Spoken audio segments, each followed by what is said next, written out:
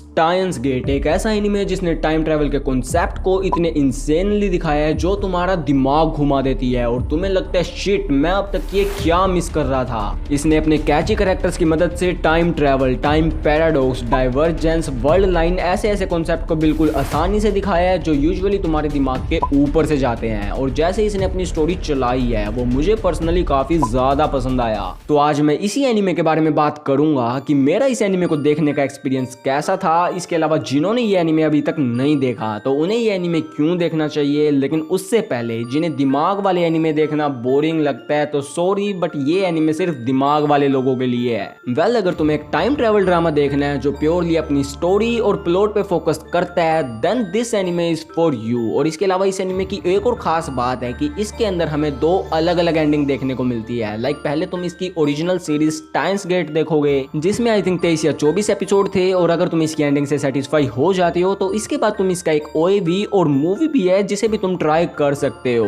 And ये सारे experience इकट्ठा करके तुम जाओगे स्टाइन्स गेट 0 देखने के लिए जो अपनी ओरिजिनल सीरीज से एक कंप्लीटली डिफरेंट एंडिंग हमें दिखाता है। और ओरिजिनल सीरीज से मेरा मतलब है जो सीजन पहले आया था स्टाइन्स गेट वाला, वरना तो ये दोनों ही ऑफिशियल सीरीज हैं। एंड अगर इसके बारे में बिना कोई स्पॉइलर दिए मैं तुम्हें थोड़ा सा हिंट दूं तो सीजन 1 के लास्ट सेकंड एपिसोड में एक पॉइंट आता है जहां हमारे प्रोटैगनिस्ट जिसका नाम है रिनतारो ओकाबे, जिसे हम ओकारिन या फिर कियोमा नाम से भी जानते हैं, तो यप उस पॉइंट पे ओकाबे को एक डिसीजन लेना था जो कि वो ले लेता है। तो क्या होगा उसे हम देखते हैं सीजन 1 में जिसका नाम है स्टाइन्स गेट। एंड अगर वो उस पॉइंट पे वो डिसीजन नहीं लेता तो क्या होगा उसे हम देखते हैं इसके सेकंड सीजन में जिसका नाम है स्टाइन्स गेट 0। एंड वैसे हम इसके सीजन 1 स्टाइन्स गेट में कुछ सीन्स देखने को मिलते हैं जिनके रिलेवेंस हमें स्टाइन्स गेट 0 में आके पता चलते हैं जो कि काफी ज्यादा अनएक्सपेक्टेड थे। एंड नाउ अब अगर मैं तुम्हें इसकी स्टोरी का थोड़ा सा प्लॉट समझाऊं तो हमारा ओकरिन है एक टाइम ट्रैवलर।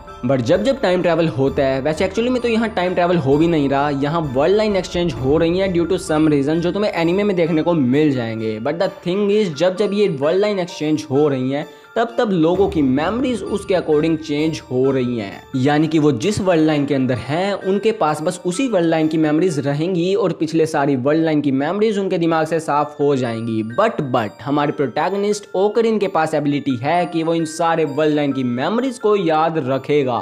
एंड ये कोई चॉइस नहीं है, उसे ये मेमोरीज याद रखनी पड़ेगी। वैसे एक टाइम आता है जब ओकरिन बार बार खुद ही इन वर्ल्ड लाइन को चेंज कर रहा था फॉर सम रीजन, लेकिन उसके बाद भी उसका मोटिव पूरा नहीं होता जो कि अगर तुम देखो एक नॉर्मल माइंड को काफी ज्यादा अफेक्ट कर सकता है। क्योंकि जरा तुम खुद सोचो कि अगर तुम्हारे दिमाग में ये मेमोरी है कि तुमने दोपहर को छोले की सब्जी खाई है और तुम्हारी मम्मी आके बोल देती है कि नहीं तुमने तो आलू की सब्जी खाई है, तो तब तुम्हारे दिमाग में क्या थॉट्स आएंगे। और ये तो बस 2 वर्ल्ड लाइन की बात है, जरा इमेजिन करो ऐसी हजारों वर्ल्ड लाइन की मेमोरी तुम्हारे दिमाग में है तो क्या होगा।